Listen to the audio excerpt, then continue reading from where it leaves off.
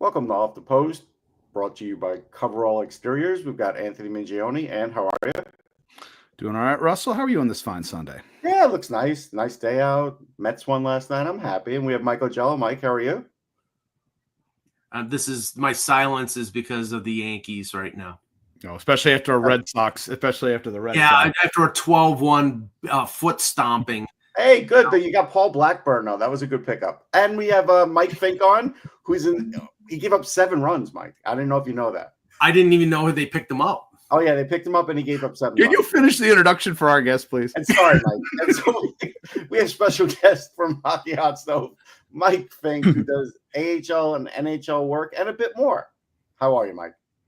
Good. I know we'd be doing a baseball podcast, or at least talking about turned baseball. into that. There's always unexpected left turns, and we have to get it back on the track. Russ is more informed. It wouldn't have been, but he wasn't. Russ and I share a fantasy baseball team that's named the Metropolitan Highlanders for the Mets and the Yankees, and we're of course in last place, so we're celebrating our effectiveness. Okay, Mike, it's August, all right? It's August. Yep. Just to start out, you've done a extensive list of rankings of rebuilds for Hockey Hot Stove, which I'm sure a lot of people have enjoyed. Just give us your general overview on your methodology on that, and I know that you broke it down into certain categories. So just explain that for us. So this is my 3rd year doing it, my 6th edition. I do one after the trade deadline, and then I do another in the off season. And the overall, the methodology to doing it, every year I add more stuff to it or more elements to it. The first time, for example, it was just I only knew enough people to this. I asked the team writers that I knew at the Hockey Writers, is one of the sites I post the rebuild rankings at.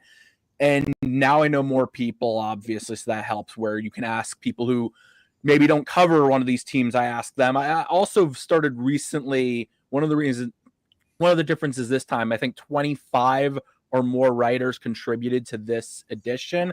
You have people who don't cover one team, but I'll ask them about another team because I want to know, okay, what's the outsider perspective on some of these rebuilds, because I want to remove bias twofold, because there's some people who cover one team that will always hype up that team and will overrank a team. And then there's some people who on the other end are cynical, and it's you need to be, okay, maybe your rebuild's a little bit better, or there's a little bit more to look forward to. So I've gotten a lot of that in the recent edition, where I ask ask a bunch of people a bunch of questions to kind of figure out where each team is. If you wanted to meet the cynical quotient, you should have asked me about the Buffalo Sabres. Okay, so my first of 2 teams in terms of your rankings, you ranked the Columbus Blue Jackets number 1 on your rebuild list. Now, I love some of the young talent that's coming through. They had a great season. They just missed out on making the playoffs. I attest some of that personally to them sort of rallying around the tragedy of Johnny Gaudreau. Werenski had, I think, a career best season, was a top 3 for the Norris. I like some of their young players like Fantilli and Kent Johnson, the young guys.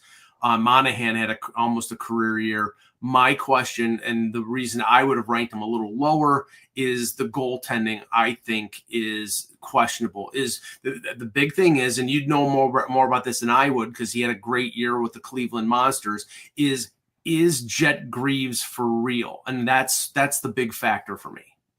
Yeah, goaltending is still going to be the issue with them. It's still, it has been for a while, and it's still going to be what really holds them back, possibly.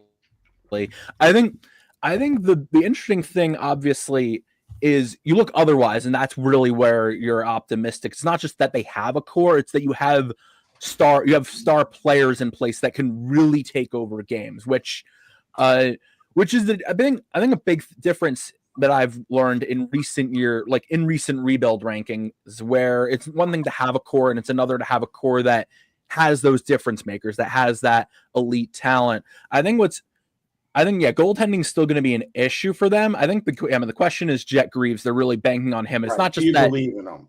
Yeah. It's not just that you're banking on him to be a backup. He's really got to split starts with Merzlikins, because I think Elvis Merzlikins at this point is proving he's a 1B type of goaltender. He's a goaltender you get 40 starts out of. You can't rely on him 50, and Columbus has relied on him for that because they've had to. So that's a big issue. Otherwise, you see a lot of the vision at work, and really you see what Don Waddell has done and what Dean Evason could say, quote unquote, the adult in the room that they just needed for years, and they finally have that.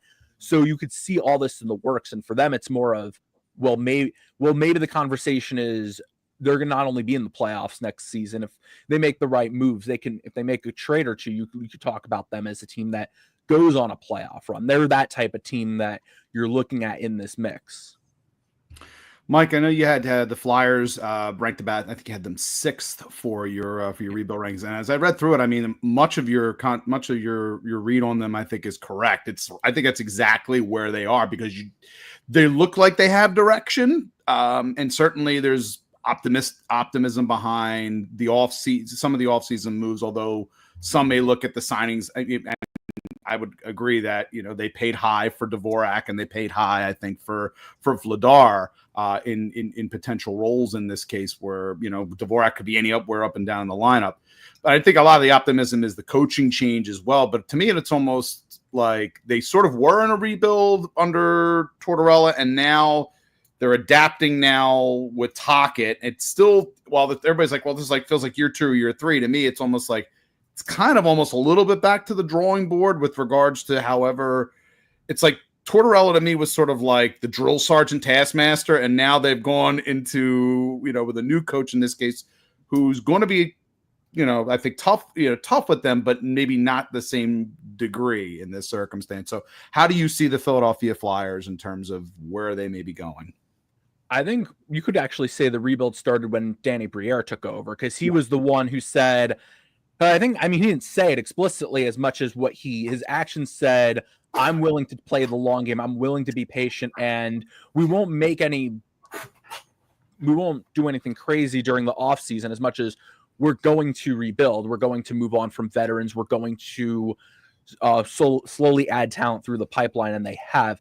I think the Flyers are an interesting team, because I don't think, in terms of like how many core players they have that are on the roster right now, it's not that many. Mm-hmm. At the same time, one of the things I mentioned with the Blue Jackets is that you have those difference makers in your core, those star players that can really take over games. And the Flyers have that with Michkov. I think what's interesting with the Flyers also is that you look at a player like Konechny or a player like Sanheim, they're not going to be core players, but like the building blocks of the roster when this team's competitive. Or maybe, they might be by next season, but either way, they're not going to be the core players per se, but they're still going to be blue chip pieces. They're going to be players you could plug and play in the top 6 or the top 4 of your defense. And it's why they're really why I would be higher on them. I think it's interesting because when I posted the Flyers, a lot of people were very cynical on them, probably because of recent seasons where they haven't been as successful. I think the goaltending's really in flux. Goaltending and the center position is still questionable. Trevor Zegras actually is a big wild card with the whole thing, because they bring him in. It's like, okay, if Zegras is really a top line center, you're looking at a top line of Zegras, maybe Michkov, and obviously Martone's not there yet, but like maybe Martone could come in and you develop him on the other wing, but that's a few years from now. Jet Luchenko, they have a lot of intriguing prospects where you could see the high ceiling too on them, and maybe if one of them becomes that star player, that's a real good core to build around. And just to follow up with Zegras, and my view on Zegras has been, obviously the intention is they want to see if he can, and he wants to see obviously if he can be a center.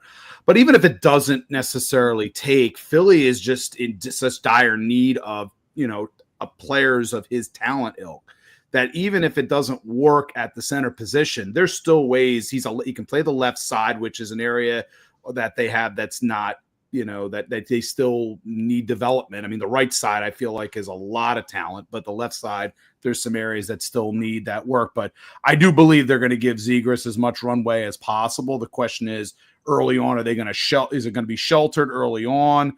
there will be a bit of a meritocracy with regards to where he's going to play, because again, you still have the option of Noah Cates, who has been developed as a center. But Cates, I feel like, can also be swung out to the wing, although it seems like center was where he finally really kind of started to come on.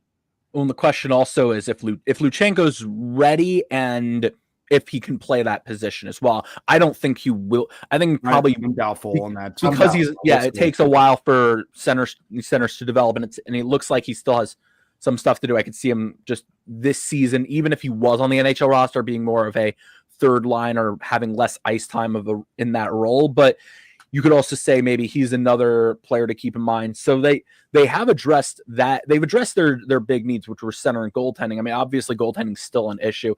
I think in the long term, defense is probably going to be their problem because they don't have that.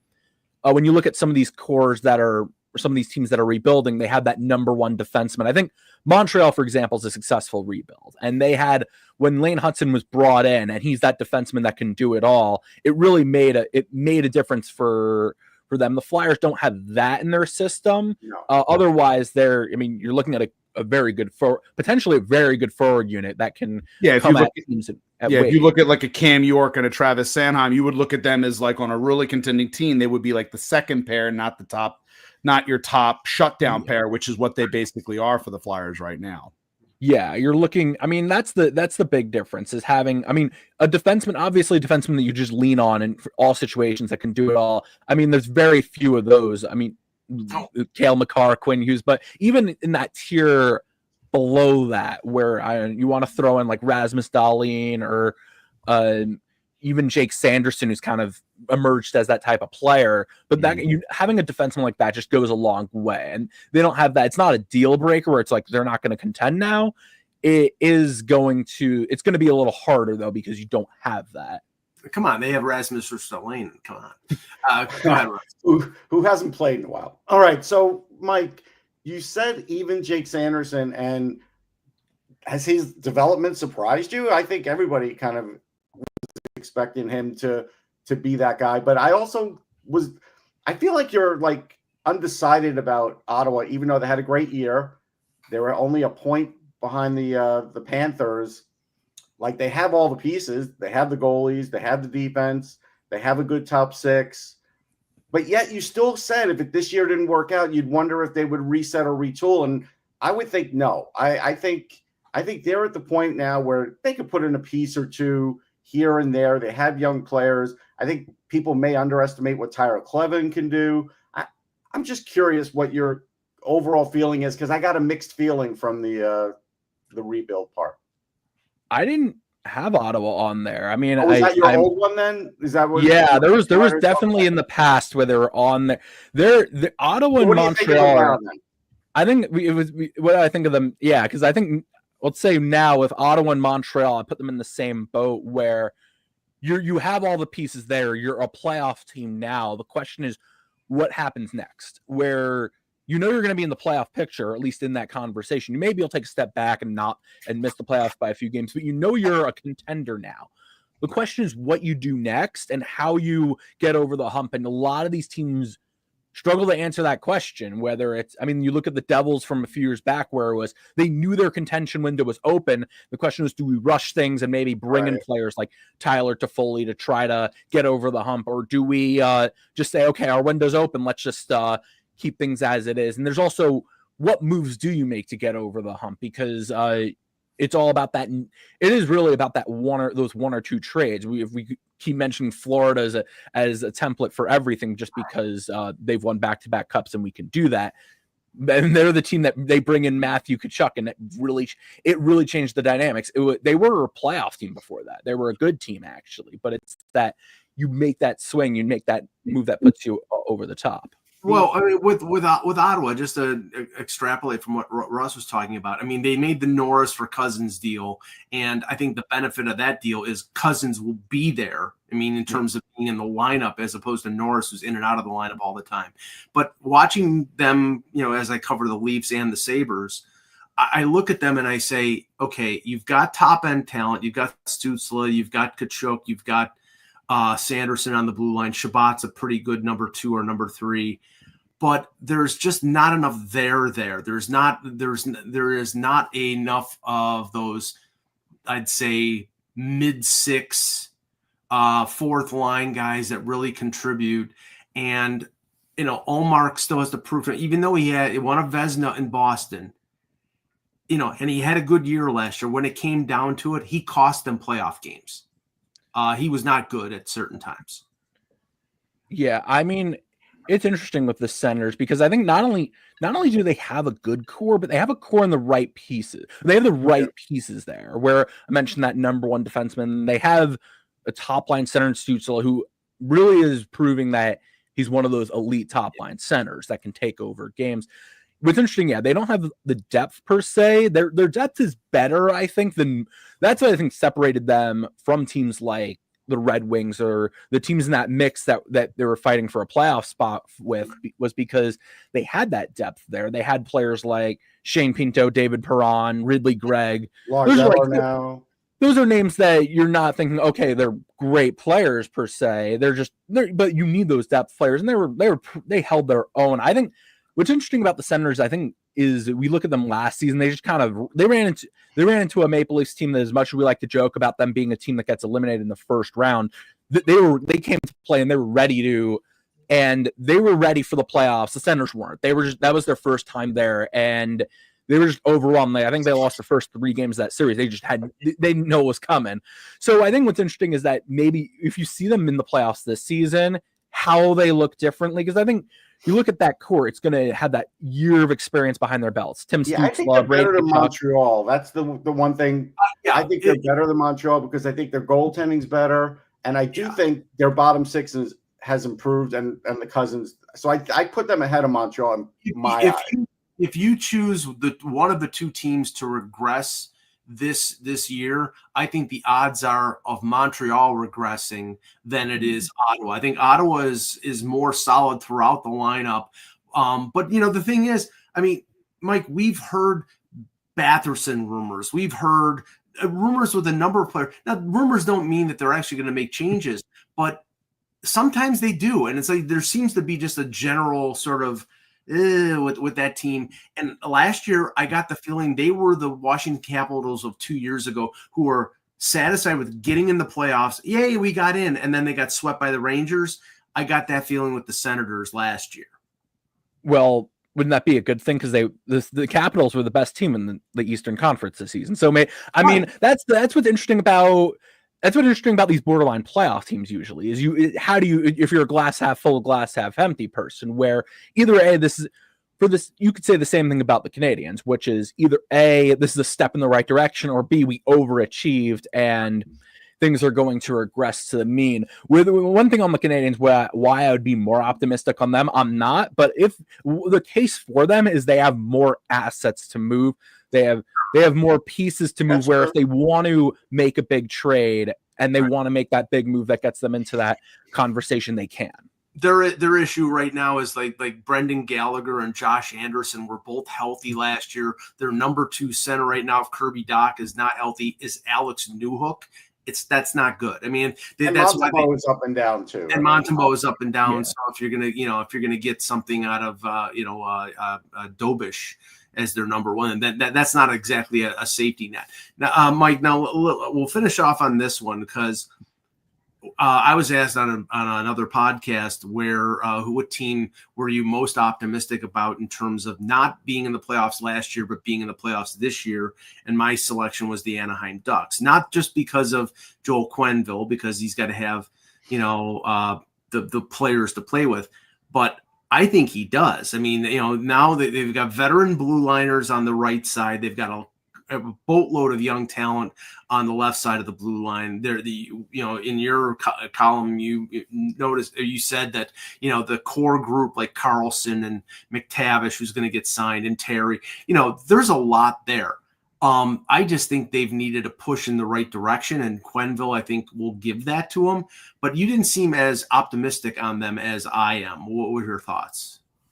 It's kind of interesting because I think this is one of those rebuilds where the Ducks are usually higher than usual, because the Ducks, since I've started this, I've always had a same reoccurring problem, which is you're building up the core, you have those young players in place, And as you're doing that, they bring in players who are over the hill, well past their prime. And when Pat Verbeek's doing that, it's okay, these are the players that are going to get us to the playoffs. When you're a rebuilding team, you want to avoid bringing those players. You look at players like Alex Killorn, Radko Gudas, John Klingberg a few years ago they brought in. Those are the type of signings they usually make. This offseason, past two, they haven't really done that. This offseason, I think, made one or two of those type of signings where you could be like, okay, maybe I'm not so high on them.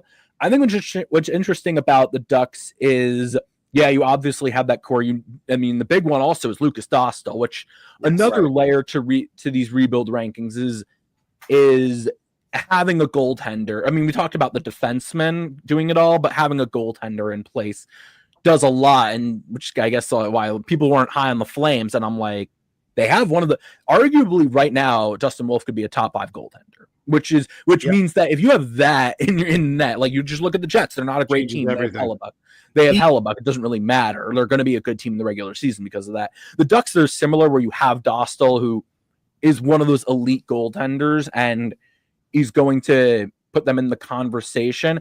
What's interesting about the Ducks, I think, in the big picture, is if they don't make the playoffs, because Pat Verbeek's obviously he's on the hot seat.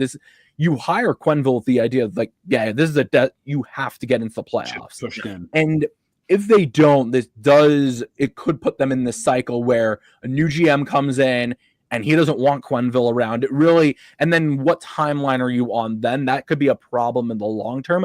I'm higher on the Ducks than I think maybe their ranking indicates. The one thing to keep in mind, people are saying, oh yeah, they're going to make the playoffs for sure. And it's like, I wouldn't say it's a given, especially the Flames who their rebuild has gone really well. So they're going to be in that conversation. You have Vancouver, who, depending on how you look at last season, either that they could bounce back. I mean, a full season of Quinn Hughes and all those pieces that's good enough to put them in the playoff conversation. So they're going to be in that mix more so than the other teams in the division like Seattle or San Jose, who San Jose is still like far behind in their rebuild, like just where they are. They're still in the beginning stages. At the same time, I think it's going to be a fight. It's not going to be, oh yeah, they're the third best team in their division and therefore they're in the playoffs. I would say the Granlund pickup was huge for them because that's a guy, if he even gets 55 points, that's a big boost for them. As long as he's good Granlund, because we've had also times where he has that track record, Granlund. So that's why I said down. But I'm expecting more Leo Carlson, more Mintyukov. Jackson Lacombe is really emerging. So I think they still might be. They're an interesting team, though. Yeah, their prime is starting to enter. I mean, their young core is starting to enter its prime, which is, I think, a very important thing to keep in mind. Whenever you look at which teams are building up their core, have their core in place, which ones are still in their first or second year in the NHL versus now they've all had that experience under their belt, and it's going to make them an interesting team. And I think Quenneville does add wins to them as much as you could talk about the higher, like the question of how questionable it was. He's going to add wins and put them, I think they were 16 points away from the playoffs last year. So if he can close the gap to 8, then it's okay. The rest of the roster can get you there. Yeah. No, listen, Mike, thanks so much. Everybody should check him out on Hockey Hot Stove and the Hockey also find his handle also at think_thoughts as well. He also has content both at obviously Hockey Hot Stove, also at the Hockey Writer as well. Yeah. Mike, thanks so much for coming on.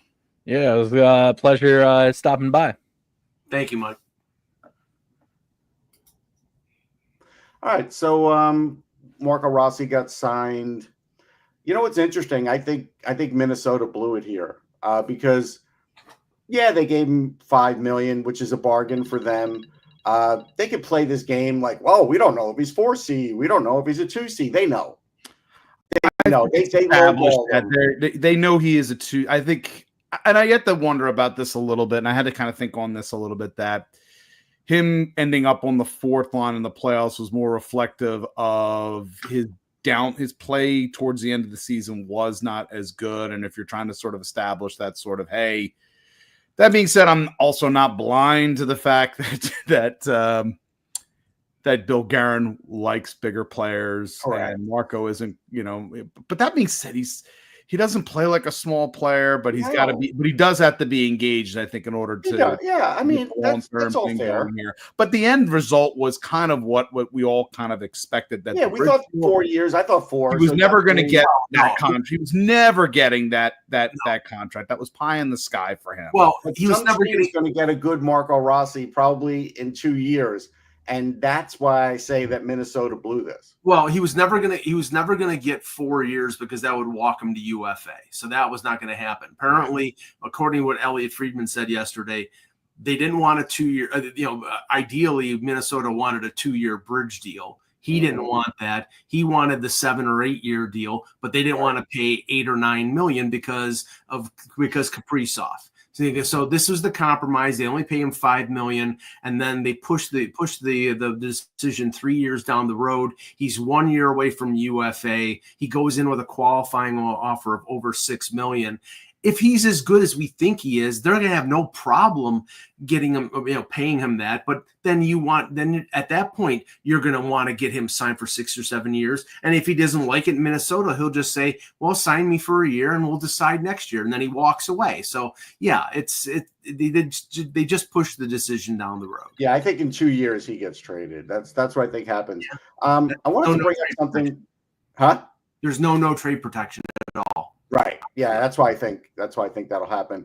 I wanted to bring up something else. Stefan Rosner had an article about Devin Taves, and Cal Clutterbuck was on Spit and Chicklets talking about the whole Devin Taves, why he left, why he had to get traded, right?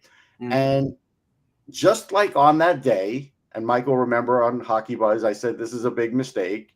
Listening to Cal talk about this, when Cal's talking about, his second year wasn't as good as his first, okay. Although he was running the power play, last I looked, and we had a core. My answer to Cal would be you had an older core, and my answer to the Islanders today, which is the same as it was then, you needed to get rid of one of those older core pieces then to keep this guy, and they didn't. And I don't care. Like, I know Cal is working with the Islanders now, so I get it. Mm-hmm. But a mistake's a mistake. And this is still a huge mistake. It didn't have to happen. This is the same as the Rangers saying, well, we had no answers, so we got rid of Buchnevich because of the cap casualty. There's always other answers if you really want to look into it or dig into it. And I feel like with the Islanders, they didn't dig into it because they didn't want to trade some of those older players. What are your guys' thoughts? Anthony? I mean, I keep coming back to, they also, as a team, had Lou Lamoriello for probably longer than they ever should have. And you, at a certain point, you have to, and I get, early on in the tenure, it was a competitive, they were in the conference final. But there was kind of I always felt like there was always this hope. But Lou in those latter years always seemed to go back to the well when they needed to really look at things for the future. Right. And just at this point, Lou was not willing to do that. And this is what led to this situation now where Matthew Darch has to kind of start from scratch and start shedding these guys. But it just feels like an opportunity was lost, to address these things. Do it then, yeah. Do it then. But again, if you're, in Lou we trust, and I'm not disparaging Lou and his track record previously. Leave that to me. Yeah, I'll leave that to Michael. So, and Michael, there you go. Well, and Russ, this is the thing. They got 2 seconds. Is that what they got? Yeah. Yes, yeah. 2 seconds. They made that trade after the bubble. So after they made the conference final, and it's always been my assertion, and I'm going to just draw the ire of Islander fans here, is the fact that if you're used to that, you're a bullet sponge when it comes to that. They can go kiss my ass. Okay, but the thing is that they made the conference final 2 years in a row in COVID-affected years. Was that a team that in a normal season would have made a conference final? No. They needed the shorter schedule because they had older players, And if you look at the roster, you're telling me you couldn't make room for Devin Taves by trading Nick Leddy or Ryan Pulak. Pajot No, they traded for Pajot, and they traded. That's right. Back then they traded for Pajot, but Leddy would have been the guy. At the time. I mean, Pajot, we were all kind of questioning. I still remember that trade, but then he had a good run with them. I mean, initially. Initially, no, I was wrong because that actually gave them. I thought one of the biggest issues they had was at the center position. But Leddy's probably the guy. Leddy's the big one, yeah. Or if you're trying to open up cap space, you couldn't find a way to terminate the contract or do whatever you do to Leo Komarov, like you did to Malakoff or McGillney back in the day with the Devils. There were other options. I have all the respect in the world for Lou's record, but in the latter part of his career, in Toronto especially, and then with the Islanders, he screwed up a number of times. And I go back to Toronto where he gave Patrick Mauro the third year of the contract, and in the end, that cost the Maple Leafs Seth Jarvis because Kyle Dubas had to trade a first-round pick to get somebody to take Marlowe's contract. So, and it was a first-round pick going to Carolina, and they drafted Seth Jarvis. That's the kind of crap that maybe Lou could have gotten away with in the non-cap era, but you can't get away with that crap. So it's he's never getting a job again, but he screwed up a lot late in his career. So speaking of those kinds of things, Frank Nazar got a nice contract, 7 years, $46.2 million. Yeah. He was the end result of a trade. The Canadiens thought they had it made. They got Kirby Dach, who we briefly talked about, and we've talked about on the show. And Mike and Anthony remember when that trade went through, I was like, this is a mistake. Like, I don't know what they think they're going to have in Kirby Dach. 2C is a black hole for the Canadiens. It still is. Yeah. And it's hard. Listen, in the NHL, it's hard enough to be a 1C, but we're finding out now, even just being a 2C is very hard. You always listen, I always say pie in the sky is always that you luck into a number one center. Sure. In reality, you're looking for centers that are going to be able to play on your first and second line. We've got plenty of teams in the NHL where we'll be like, well, he's more of a 2C. We got to I feel like we have to kind of redefine what the heck that position is. That center is so valuable in this case that you've got anybody who has some scoring and two-way ability in this circumstance that you want to get that bellwether number one, but it's tough. It's really, you got to be, you got to really be in a good spot draft wise, and and sometimes you have to just look and develop them. That's to me. Christian Dvorak couldn't fill that spot, and he's a good center, but he's not a 2C. He just never was. Right. I think it's when you're looking at centers, if you can get a 2C, he's a 2C. Good. You need good. That's good. When you don't have a 1C and all you have is a 2C, then that's a problem. And I think they have a really good first line center in Nick Suzuki, but the problem is everybody's going to zero in on him, and Alex Newhook or Jake Evans are not good enough. And not enough. I mean, honestly, it was a mistake of Habs management at the time to give up a first round pick for Kirby Dach. And that's where we're at. So now Frank Nazar, it's not a surprise that he's good. I think some people are surprised that he's as good as he is. I mean, I'm not, maybe because I have more exposure to him.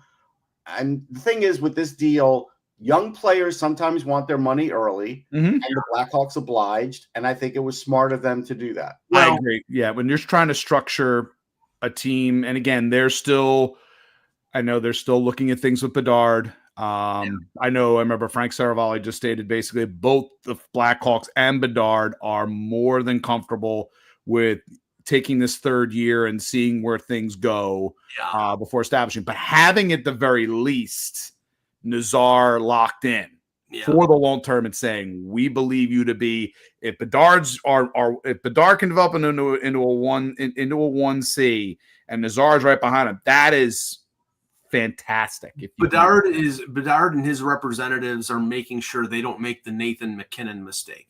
The bad second year, and it wasn't that bad, but the bad second year. I think that was overblown. I agree with you. Right, and then McKinnon, horrible year. Okay. Well, right, for Bedard, but McKinnon had a bad second year, and then he signed this, I would say, very team-friendly deal for 8 years, and it was like $6.6 million or something like that. which at the time, okay, Well, it's good money. It's still good money, but it wasn't what Nathan McKinnon sort of deserved to get. Now he's getting paid what he deserved. But Bedard, he may go down the road of wanting to sign like Austin Matthews, or we think McDavid, where he signs a 4 or a 5 or 6 year deal, or even a 3-year deal, than an 8-year deal. You know, I'm not sure, but I will tell you this. I think what their plan is they have the luxury now, because they have Anton Frundell. They could put Frundell on the top line with Bedard, let Bedard be the center. And Frundell told me that in games overseas, even when he wasn't the center, if that center wasn't having a good night in the dot, he'd go in the dot and he'd win some faceoffs. And I think Chicago can do that if Nazar can play 2C, and if not, they have Sasha Bovair, who probably can. So I think they're going to have that problem solved in a year or two. Well, two things that came up on Friedman's 32 Thoughts that are interesting. One, a lot of GMs are concerned with the fact that Nazar was signed to this long deal after playing, I think it was 21 NHL games. Now, and you look at, like, he went nuts at the World Championships. So, you know, they're very confident, and so am I. I think he's a good player, but there is going to be a mistake made down the road where somebody signs a player early on to a 6 or 7 year deal, and that player is not ready for it. There will be. So it's fraught. That's fraught with peril. The other thing is, apparently Marty Walsh, I think it was Ron Hainsey. They were doing the tour in Europe, and I think Hainsey was on the trip, and they interviewed him, and he said they're not going to implement the new rules in terms of contract length until July 1st of 2026, when the new CBA goes into effect. So 8-year deals are still possible until then. So guys like Bedard are still eligible for the 8-year deal, and teams may want to get Kaprizov, or like Buffalo with Alex Tuch. They may want to get them signed to 8-year deals. And that's going to be something that we have to see before next July 1st. Yeah, and as we did on the show in the game, Luke Cunning got signed. Florida signs him. That's a heck of a signing for a really good depth guy, and who could play tough hockey out there. If you want to talk about a player that kind of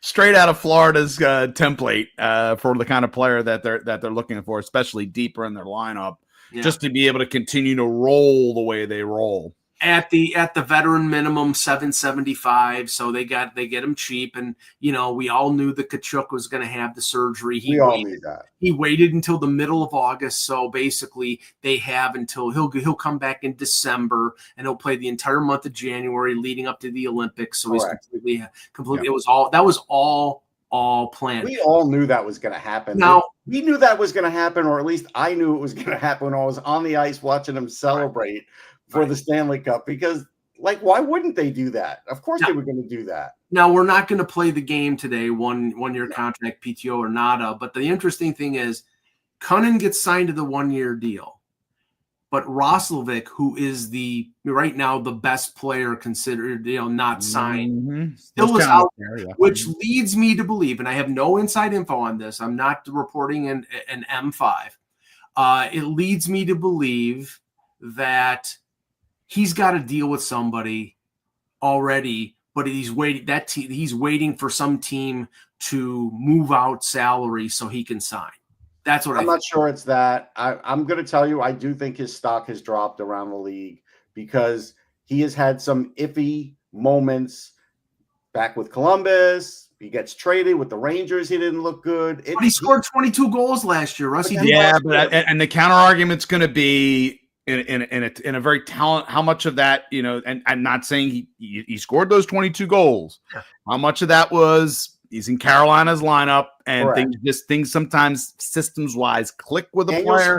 Will it happen elsewhere? And he was not playing center for most of the time in Carolina. Right. He was on the wing. Right. And a team like Toronto, who's looking for a winger to play with Matthews, I think they have a better chance with him than a team like Montreal, who's looking for a second-line center. I don't know if he's an NHL center. No, he's not. I know. I don't believe Roslovic is. I would completely. I think he's absolutely a wing in this league if he's going to be productive. Because the problem with Roslovic is you can't trust him enough defensively. That's the reason why Carolina with Right. as a team that puts such a premium on their defense. Right. Why wouldn't you bring back a guy who scored 22 goals for you? Because they know. They see They everything. do know. There's not a big market for him. There's not. If they put such a premium on defense, then why did they get rid of Shea and Pesci and all the good defensemen? They've got their defense is nowhere Their close. trust there. They're again. It's in Well, Rod. depends what It's you're Rod's calling system. Shea. Why are you calling Shea a good defenseman? He's a good physical defenseman. His offense has definitely declined, and his turnovers have gone up. And you replaced him with and you made the move to replace him with Keandre Miller anyway. Well, Russ, Right. my point is, in Carolina with the defense that they had, he was a 4. Now in Nashville, he's a 2, and that's one of the problems. Nashville, Right, and that's one of the like having Listen, Nashville splashed out for him. Yeah, having him on your second pairing is not bad. Now Keandre Miller is probably going to play on on Carolina's top pairing, and we know about the inconsistencies in he'll his play game. on the top pairing until they see some of the foibles, and maybe he won't be on the top pairing. Like that'll be a big challenge for them. He's good. Don't get me wrong. He can skate, but he's not physical. And you don't see him potentially with a Slavin, and them just saying we're gonna put you. Try it. They're going to try it, but 2 lefties. That's why. I hear you on that. It doesn't mean they won't experiment with it. They might try it, but he had the last year and a half. He's had a lot of problems in his game that they're going to have to fix, and maybe they can fix it. If they fix it, then that'll say something about the lights of Broadway on him anymore, Russell. He will do better in the.